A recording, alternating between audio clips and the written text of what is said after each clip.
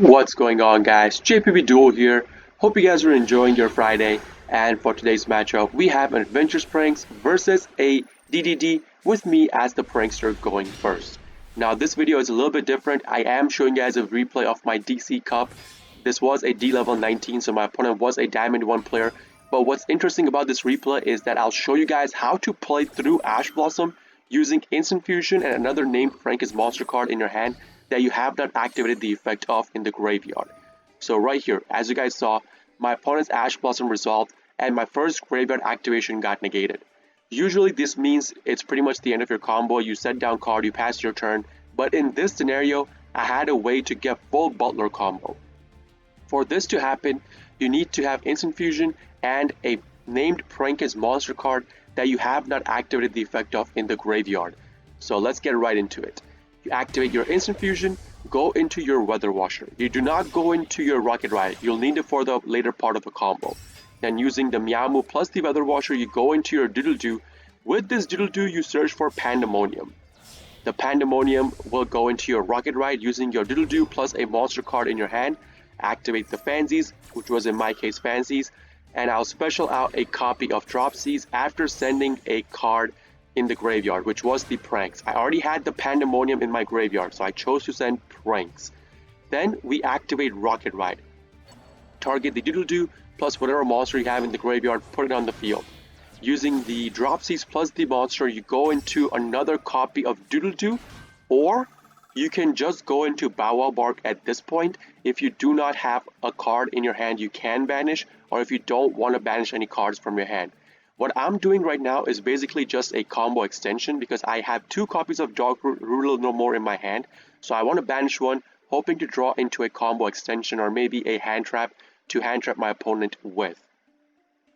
So we keep going, go into our final piece, which is the Bow Wow Bark. Bow Wow Bark will put on the field, activate Roxy's, banish one Dark Rule No More, get a Dropsies in my hand. Now this right here, with the other Doodle-Doo on the field, you activate it, add back your copy of Pranks plus Pandemonium from your graveyard into your hand. Basically, you just did full Butler combo while playing through your opponent's Ash Blossom, which negated your first graveyard activation.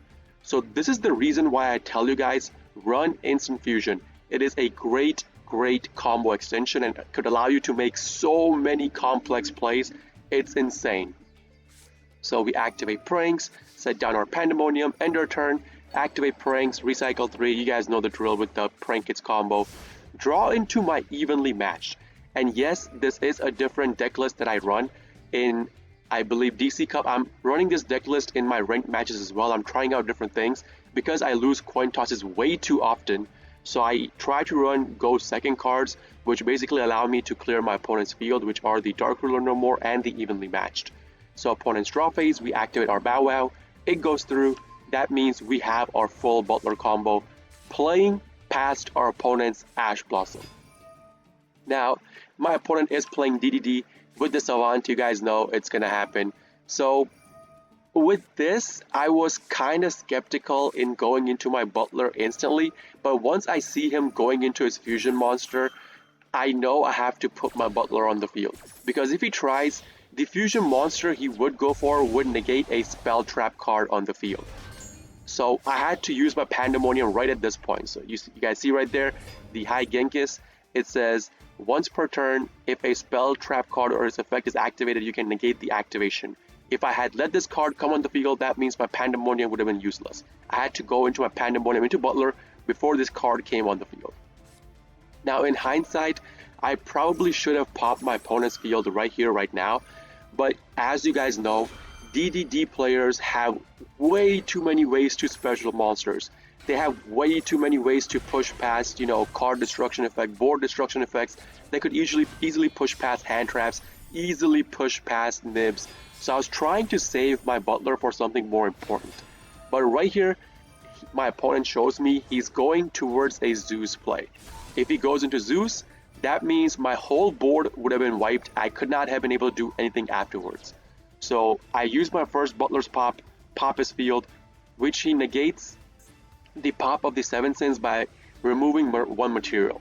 Now I use it again to make him remove another material, because once it goes to battle phase and he attacks into my monster, this card could have gone into a Zeus, and it would have been a 2 material Zeus. So I needed to take away every single material this card had, so that way, even if he puts a Zeus on the field, it will not be a 2 material Zeus. It'll only be a 1 material Zeus. So that's the reason for the second Butler pop. Now, as you guys know, and as I said before, DDD players have a lot of ways to go into their combo. They have a lot of ways to special out monsters on the field. So that is exactly what my opponent is going to do. I'm going to fast forward this a little bit because it's gonna get really boring while my opponent sets up his field. He goes into his Gilgamesh, he has the High Genghis on the field. They're going to keep specialing out cards with the Genghis and the High Genghis. Gets the Savant back in his hand, and he does all kinds of combo. He gets the Deus Ex Machina on the field as well, pops my pranks, and that is going to be the end of my opponent's turn.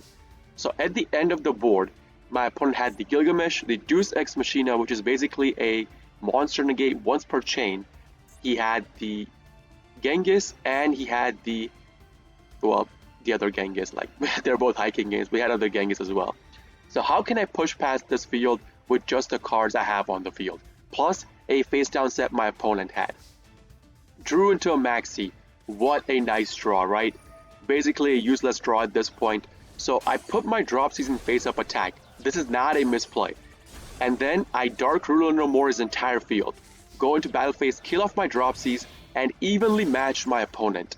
So every single card aside from one gets face down banished. It's a face down banish, mind you, so your opponent cannot recycle those cards with, cards that target face up banish cards. Really good effect. Helped me clear up my opponent's board. So he's only left with the Deus Ex Machina on the field, which is basically negated right now. I mean, even if he tried to activate it, he needs 2 materials for it, or a Dark Contract in the back row to negate a monster effect, so I was not too worried about that. We go into our combo with the fancies we had in our hand in main phase 2.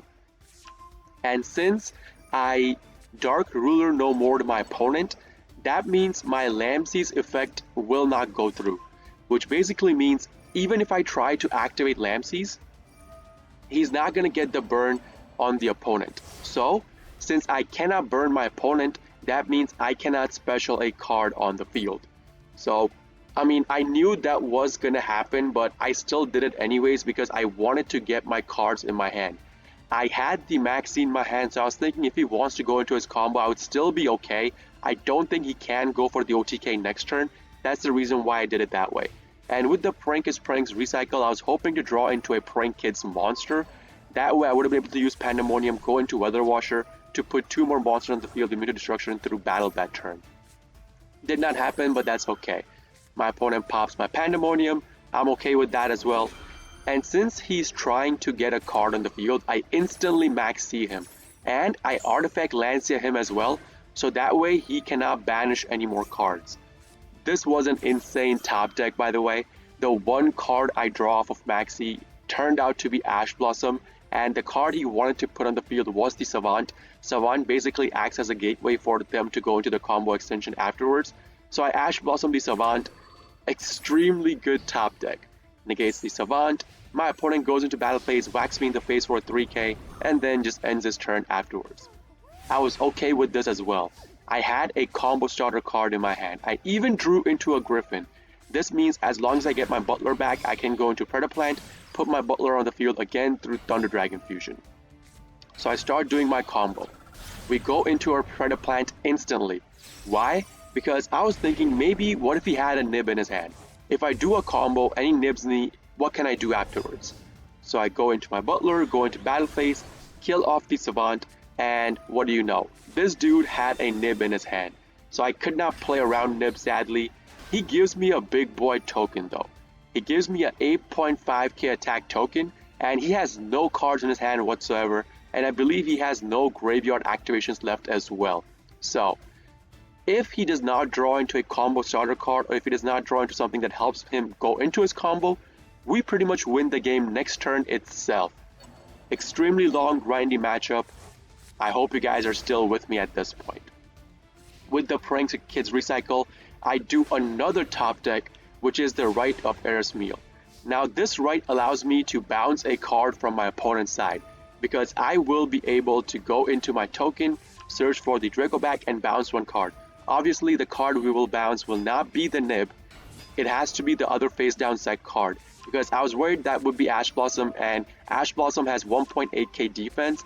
I would rather not tangle with Ash Blossom. I would rather just use my Meowmoo or something to kill off the Nib token and Nib, and then hit him in the face with the Nib token and end the game right then and there. Turns out this dude had set down Maxi, so we do not want him drawing any cards. Again, I had drawn into a cross out. That means I could just cross out my opponent's Maxi. This was an insane top deck game, by the way. Starting from turn 1 where I pushed past the Ash Blossom into insane top decks afterwards. So then I just go into battle phase, hit him in the face with the Nib token that he gave me, the big boy Nib token, and just end the game right then and there. That's going to be the end of the game, guys. If you guys do enjoy this kind of videos, please consider hitting the like button, subbing to my channel for more daily prank and video uploads, and if you guys are interested in the live version of all of this, I do live stream on Twitch, twitch.tv/jpbduel. Link along with my schedule is going to be in the video description itself for you guys to check out. This is JPB Duel signing out for today. I'll see you all in the next video. Peace!